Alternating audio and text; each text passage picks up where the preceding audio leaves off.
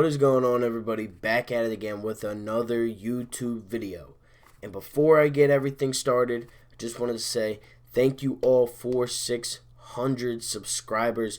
We are now at 605 subscribers. You know, we're already on the road to 700. The road to 1K is now 6/10 of the way done.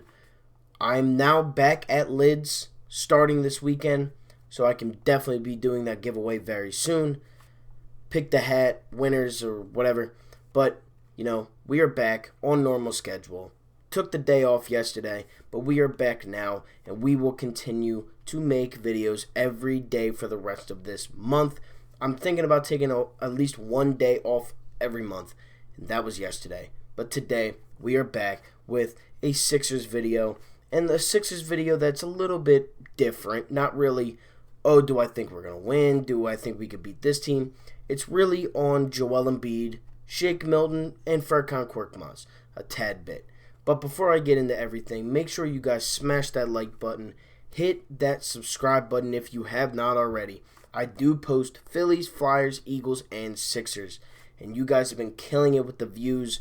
You know, my last couple Sixers videos have been like 350 plus views. My Eagles video the other day has over 400.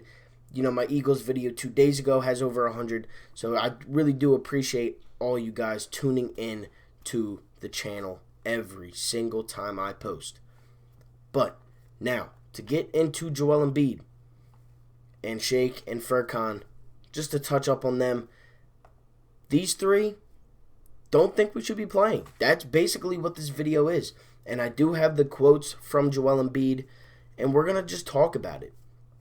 Now, the main thing about Joel Embiid that even before I get into all this, I don't think we should be playing stuff. Brett Brown said that Joel Embiid was training and practicing 6 times a week, every week for probably the last month and a half. You know, getting back into shape. And then he even puts it in there that Joel Embiid is in the best shape of his playing career since he's been with us. Now, this is a little bit of a deja vu moment because I'm pretty sure we just heard this at the beginning of this season, let alone midway through the season, and now we're hearing it again at the restart of the season.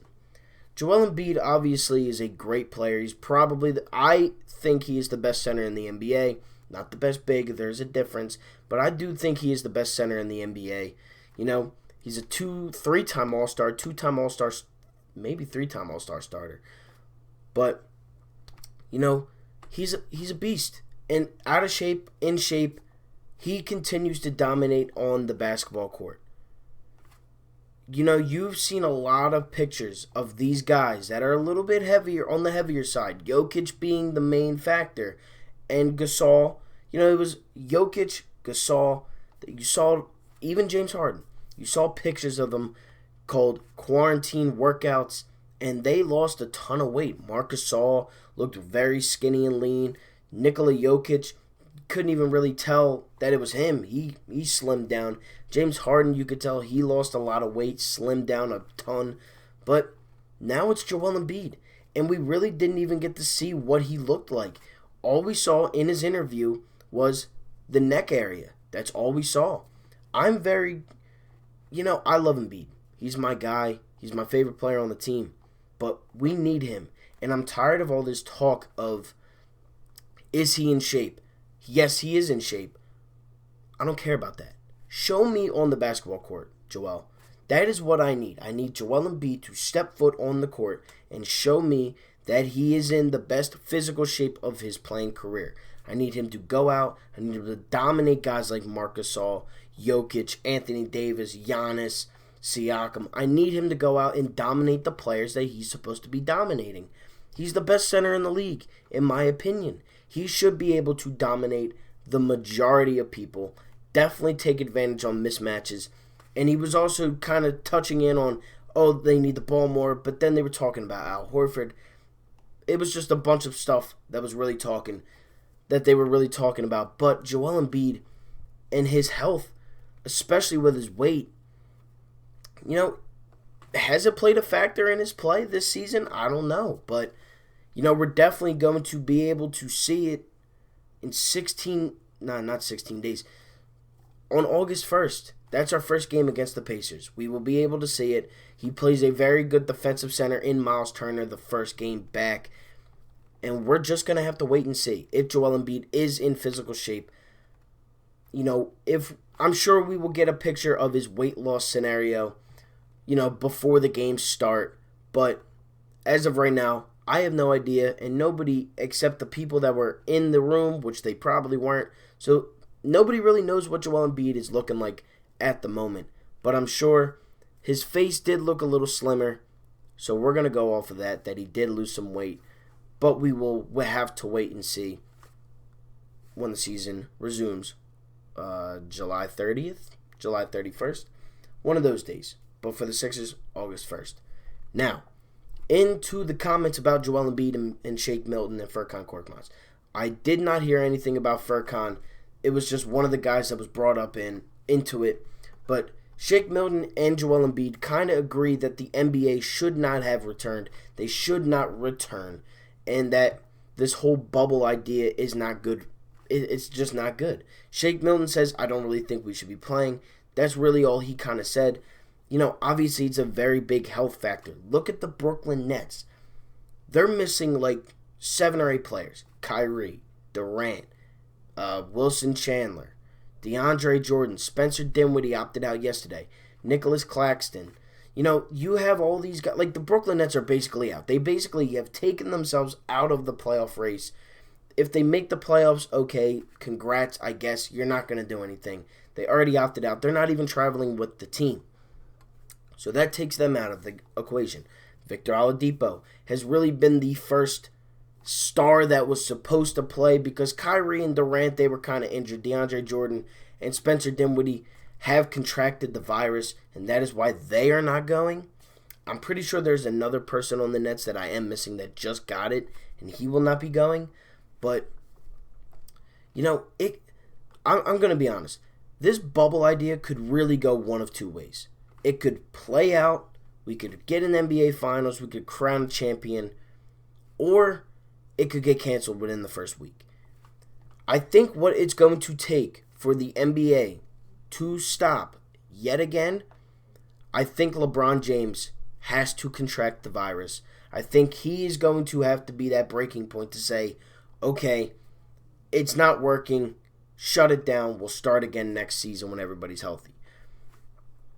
And, when the season did stop, I didn't think it was coming back, especially when they had no idea what they were doing. And this whole bubble idea, it really could get it really could be difficult. And Joel Embiid, quoted, says, I'm not a big fan of the idea, but then again, I'm going to do my job. I'm not going to let the city down. I'm going to represent my city, my family, my teammates. That's what I've always done. Now, as I just said, Joel Embiid is not in. He doesn't like the idea. He doesn't like the idea of the bubble. And neither do guys like Damian Lillard. Obviously, a lot of the Brooklyn Nets do not agree with it. Bradley Beal's talking about sitting out. Victor Oladipo's now sitting out.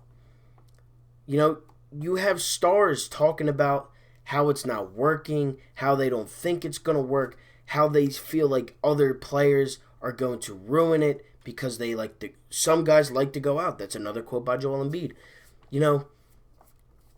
It's going to be hard. And then you have guys like Kemba Walker.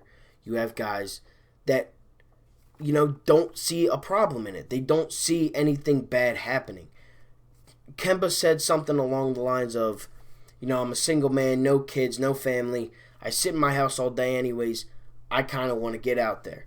Now, you got to think. They have a lot of free range to go about their day in the resort that they're staying at. They can get haircuts. There's a 2K tournament sort of simulation thing. There's a bunch of stuff that they can do in this resort that if one of them does have it, because they are testing these players like 2 to 3 times a day, every day for, probably until either we find a cure or not a cure, like a vaccine, or until the season's over, we're probably going to be giving, tests every day. And some players aren't going to want that. The Phillies are starting back up. They just had their interleague series against each other today. They have to go in every single day with a temperature, and they look at it. It takes their temperature. This thing could go very well or very it could be very trash. I'm not gonna lie. That's the best way I can really explain it. It's either gonna work or it's not. And if it stops again, you cannot go back. Just wait until next season. Just wait. I don't understand. But, you have superstars saying that they don't like the idea. But I don't know. I just don't know. I hope the Sixers can get it together if we do end up playing the season out. I hope we can win a championship. There would be nothing sweeter than waiting 4 months to watch my team win a championship. That's how I feel on it. But, let me know what you guys think in the comment section below. Do you like the idea of the NBA bubble? I don't have any knowledge of anything with the fans yet, anything. I don't have any knowledge on that. But I do have knowledge on that it's in the bubble. There's players with free range that they can go wherever they want. Joel Embiid doesn't like it. Shake Milton, Damian Lillard, other guys around the league. And, let me know down below if you guys like the idea. Make sure you guys like, comment, and subscribe to the channel. Thank you all for watching, and I'm out. Peace.